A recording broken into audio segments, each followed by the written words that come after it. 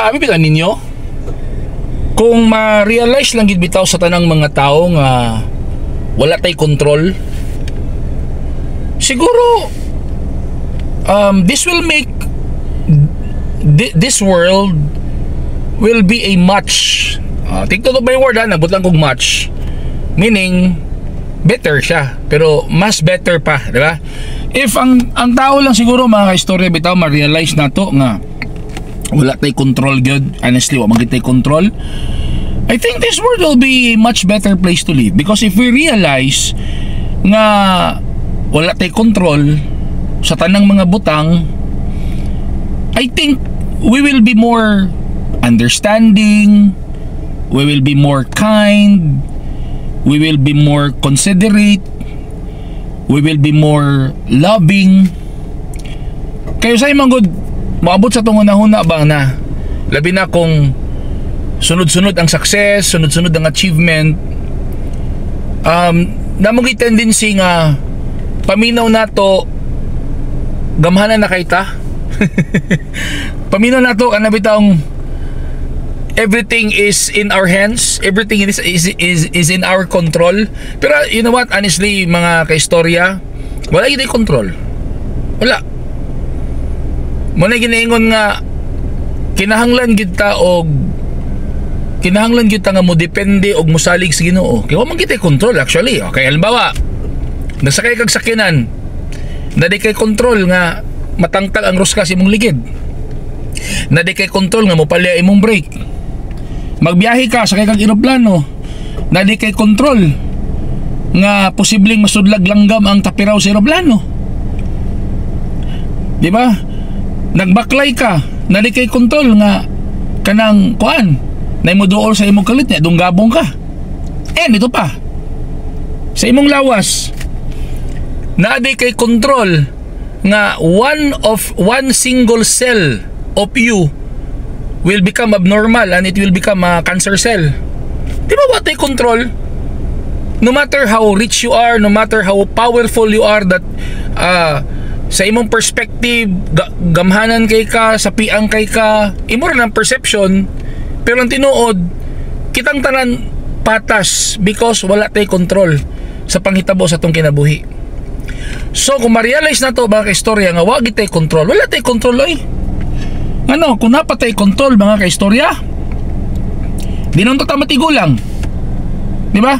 Kung natay control dili nang ta matigulang, dili na ta masakit, og di labaw na di ta mamatay. Kay kinsa bagoy tao gustong matigulang, kinsa bay tao gusto masakit, o kinsa bang tao gusto mamatay.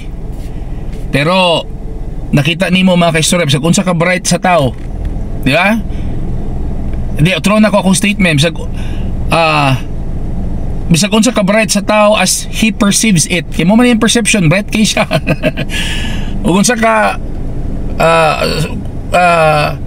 dato ang tao as he perceives it, or as she perceives it, or unsa sa kagamhanan as she perceives it.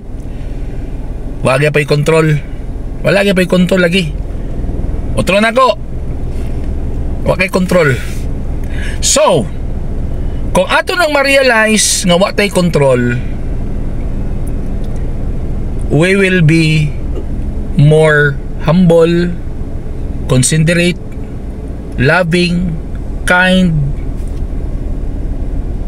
ano pa, tactful. Kaya wala makay angay wala tay angay nga ikapanghinambog sa atong kaugalingon. Mo ni klaro nga pagkastorya, kining tanan kining kanang imong na-achieve, kining atong na-achieve daw kuno, natay na-achieve daw ato ra ng perception nga ato, but actually dili na ato mga kaistorya. Walay ato sa kalibutan. Kaya kung lang pa'y ato, ang una na itong pangayon, ganun di ta mamatay, di ta masakit, di ta matigulang. Pero why ato actually mga kastorya? Wala yun. Sos, tanan ni mo gihaguan mga barangay o mga kaistorya, tanan ni mo gihaguan. Pag mamatay ka, madali ni mo. Nanay laing kalibutan nga imo tundalhon imong gihaguan diri. Wala eh. Nagpasabot lang kini mga kaistorya nga kinahanglan ta mo salig sa labing makagagahom nga siya ang naay kontrol sa tanan. mao ka na ang atong creator, ang atong Panginoong Dios. Didto nato isalig ang tanan. Kung makahuna-huna, kung mabutang sa itong hunahuna nga naadi ay creator, naadi ay Panginoong Diyos, di ta magunahuna nga mas labaw ta sa tanan or mas labaw ta sa uban. We will become more considerate, tactful, loving, kind to other people.